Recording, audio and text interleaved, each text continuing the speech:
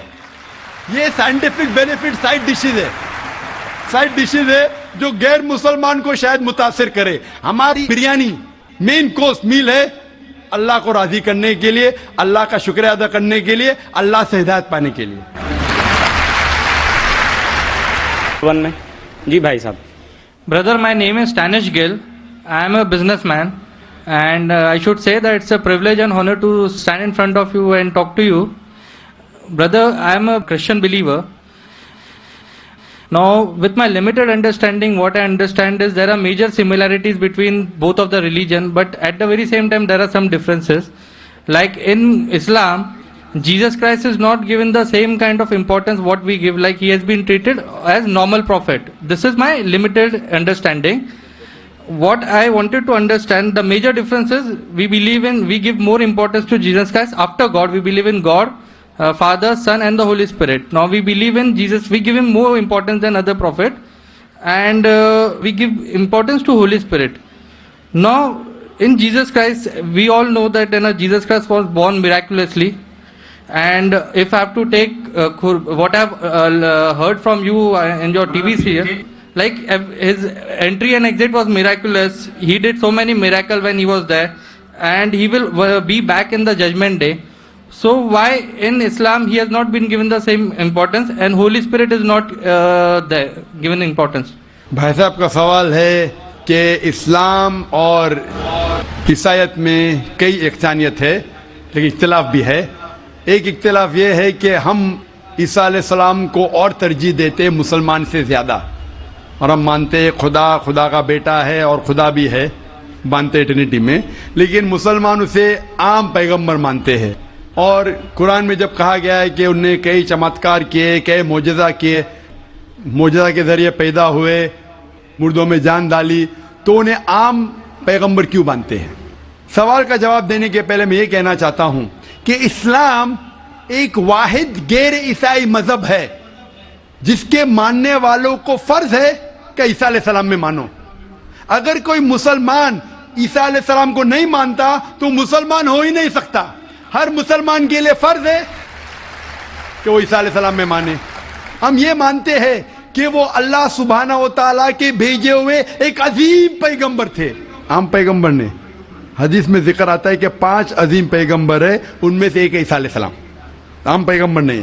عیسیٰ علیہ السلام اللہ سبحانہ و تعالیٰ کے بھیجے ہوئے ایک عظیم پیغمبر تھے, اور ہم مانتے ہیں کہ عیسیٰ علیہ السلام مسیح تھے, ٹرانسلیٹڈ کرائسٹ. ہم یہ مانتے ہیں کہ وہ چمتکار کے ذریعے, معجزہ کے ذریعے, وداؤٹ اینی میل انٹروینشن پیدا ہوئے, بنا باپ کے پیدا ہوئے. ہم یہ مانتے ہیں کہ عیسیٰ علیہ السلام نے مردوں میں جان ڈالی اللہ کی مدد سے. ہم یہ مانتے ہیں کہ عیسیٰ علیہ السلام نے اندھوں کو روشنی دی اور جو لوگ کو کوڑ تھا انہیں صحیح کیا اللہ کی مدد سے. مسلم اور عیسائی ایک ساتھ جا رہے. بھائی صاحب نے صحیح کہا, جب ایک ساتھ جا رہے ہیں تو اختلاف کیوں؟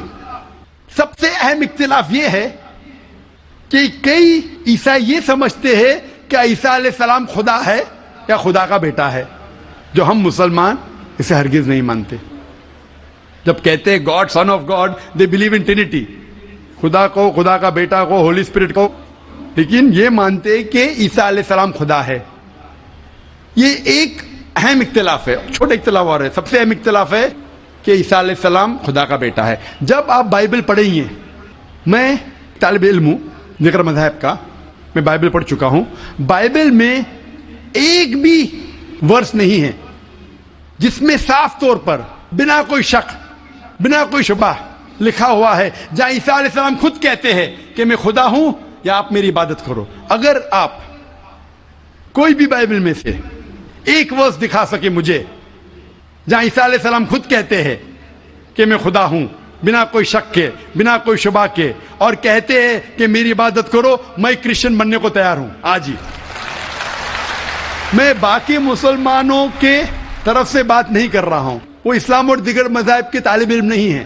میں اپنے آپ کو, اپنے سر کو قربان کرنے کو تیار ہوں. اگر آپ کوئی بھی بائبل میں سے ایک ورس دکھائیں مجھے بنا شک کے, بنا شبہ کے, جہاں عیسیٰ علیہ السلام خود کہتے کہ میں خدا ہوں یا میری عبادت کرو, میں عیسائی بننے کو تیار ہوں.